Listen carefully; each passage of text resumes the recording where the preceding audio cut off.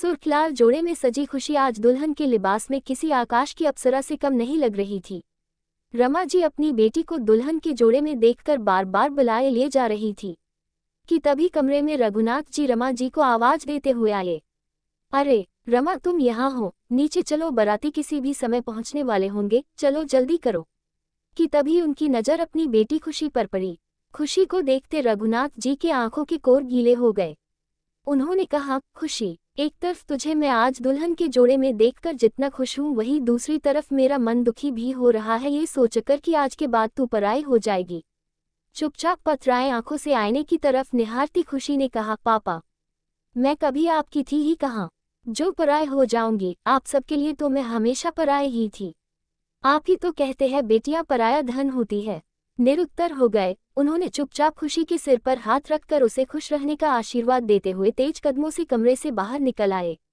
जिसे देखकर उनके बेटे ने कहा, पापा, दीदी ने सही तो कहा, काश आप उसको MBBS के लिए हॉस्टल भेज देते तो आज दीदी बहुत खुश होती। खुशी के 14 वर्षीय भाई ने कहा, तू चुप कर दीदी के चमचे, तुझे क्या पता दुनियादारी, पहले बड़ा हो जा फिर समझ आएगा। खुशी की शादी खुशी खुशी संपन्न हुई।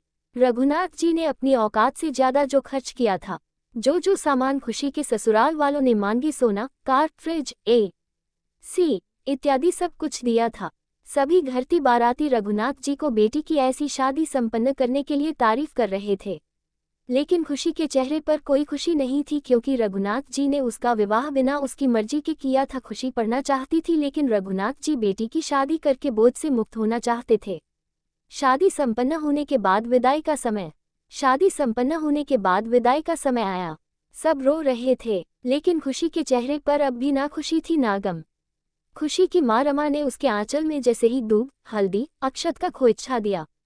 खुशी ने बड़े ध्यान से अपने आंचल के खोइच्छे को देखा, फिर एक नज़र अपने घर की दीवारों, खिलौनों, सामानों को देखते देखते अपने पापा रघुनाथ जी के पास गई और उनसे कहा, पापा, आप रो क्यों रहे हैं?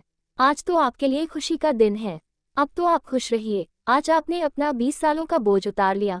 मैं कहने के लिए आपकी बेटी थी, आपने मुझे जन्म दिया, पाला पोसा भी। मैं डॉक्टर बनना चाहती थी, ये बात आप अच्छे से जानते थे, लेकिन आपने कहा कि आपके पास इतने पैसे नहीं कि आप मेडिकल कॉलेज का फीस दे सको। आपने मुझे ग्रेजुएट भी नहीं होने दिया और मेरी शादी कर दी।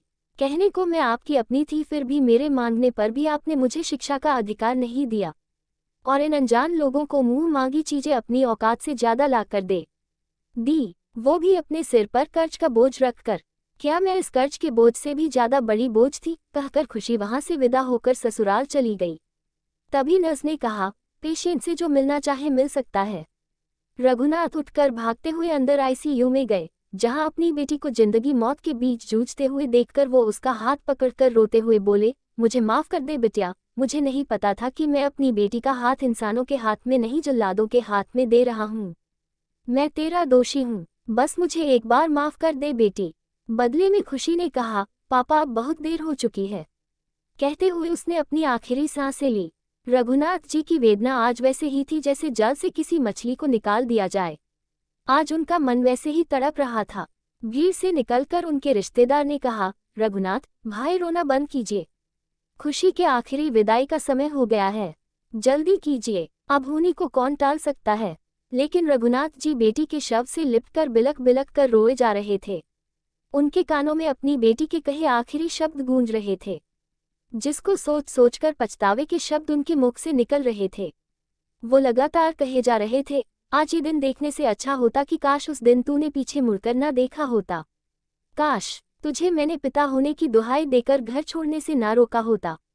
मैंने तेरी बात मान ली होती और तुझको पढ़ने के लिए बाहर भेज दिया होता, तो शायद आज मेरी खुशी बेटी दहेज की बलि ना चढ़ती। उन दहेज के लोभियों ने दिन पर दिन अपनी मांगे बढ़ानी शुरू कर दी, जिसके न पूरा होने पर उन लोभियों ने खुशी को ही दहेज की आग में जला डाला। इंस्पेक्टर ने रघुनाथ जी को सांत्वना देते हुए कहा, आप चिंता मत कीजिए, उनको सजा भी मिलेगी और उन लोगों को आपको मुआवजा भी देना पड़ेगा। लेकिन साहब, मुझे तो सिर्फ मेरी बेटी चाहिए, रघुनाथ जी ने रोते हुए कहा। आज खुशी के पार्थिव शरीर को एक बार फिर लाल जोड़े में अपनी आखिरी विदाई पर खामोश थी, लेकिन बहुत से सवाल थे जो उसकी मृत शरीर पूछ रही थी कि आखिर इसका जिम्मेदार कौन कौन है। मुखाग्नि देते रघुनाथ के हाथ कांप रहे थे।